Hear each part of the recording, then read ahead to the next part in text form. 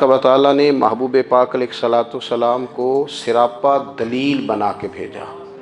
باقی انبیاء کرام علیہم السلام کے پاس بھی اپنی نبوت کے دلائل کے طور پر بے شمار معجزات تھے، اور حضور کریم علیہ السلام کے تو پورے وجود کو ہی اللہ نے معجزہ بنایا ہے۔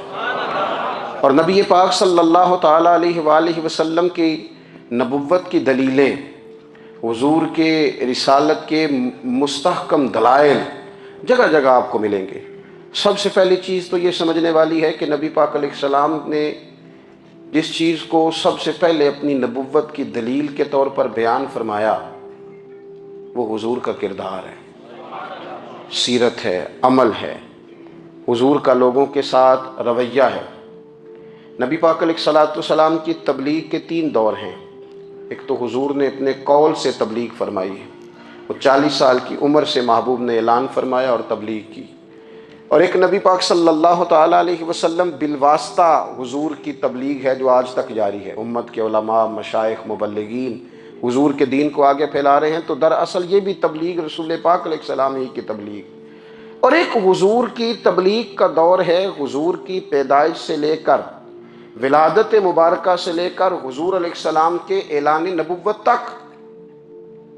اس دوران نبی پاک نے جو تبلیغ فرمائی ہے وہ اپنے کردار سے فرمائی ہے۔ عرب کا وہ معاشرہ جو بڑا میلا کچیلا گدلا ہو چکا تھا، جس کے اندر سراسر مادہ پرستی کا زور تھا، جس کے اندر لوگ انسانوں کی خرید و فروخت کرتے تھے، جس کے اندر بیٹیوں کو زندہ دفن کر دیتے تھے، جس کے اندر جو آدمی جتنا زیادہ مضبوط ہوتا تھا اتنا زیادہ لٹیرا بن جاتا تھا، اس معاشرے کے اندر رسول کریم علیہ السلام نے 40 سال گزارے، اور اس طرح گزارے کہ جو بیگانے بھی تھے وہ بھی کہا کرتے تھے یہ صادق ہیں، یہ امین ہیں۔ اور جب حضور نے اعلان نبوت کیا تو فرمایا، یہ قرآن مجید کے لفظ ہے، فرمایا فَقَدْ لَبِثْتُ فِيكُمْ عُمَرًا مِّن قَبْلِهِ أَفَلَا تَعْقِلُونَ، میں تمہارے بیچ عمر کا ایک حصہ گزار چکا ہوں، تمہیں عقل نہیں ہے، شعور نہیں ہے۔ نبی کریم علیہ السلام نے اپنے کردار کو، اپنے عمل کو اپنی نبوت کی دلیل کے طور پر بیان فرمایا۔ وہ تو حضرت حلیمہ بھی فرماتی ہیں نا، جب میں نبی کریم علیہ السلام کو اپنے گھر لے گئی تو میرا اپنا بچہ بھی دودھ پیتا تھا، 2 میرے بیٹے ہو گئے، ایک میری یہ نسبی اولاد اور حضور میری رضائی اولاد۔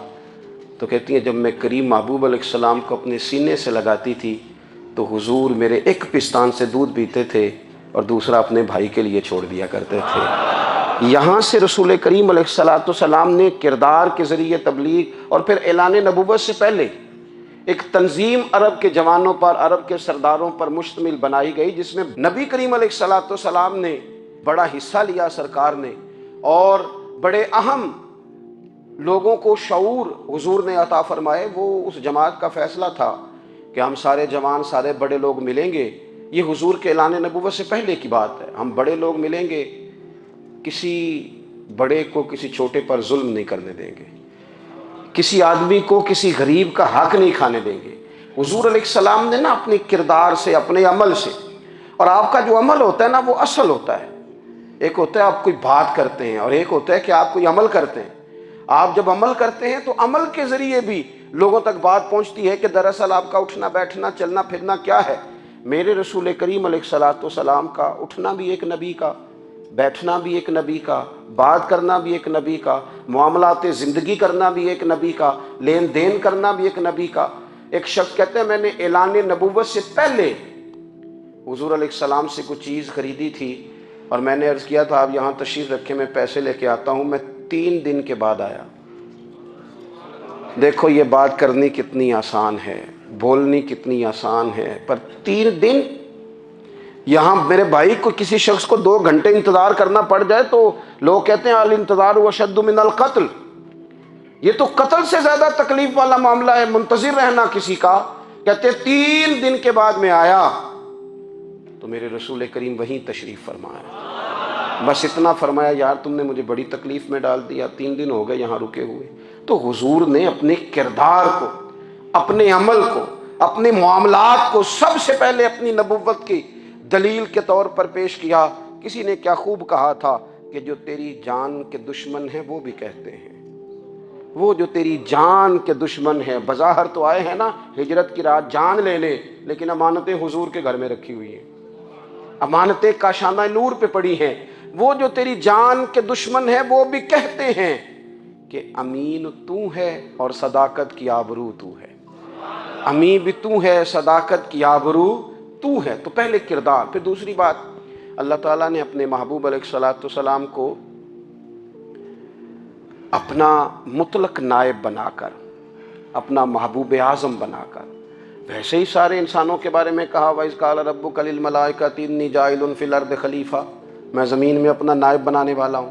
لیکن حضور علیہ السلام تو محبوب ہے نا، حضور کی نیابت تو محبوبیت کے درجے پر فائز ہے۔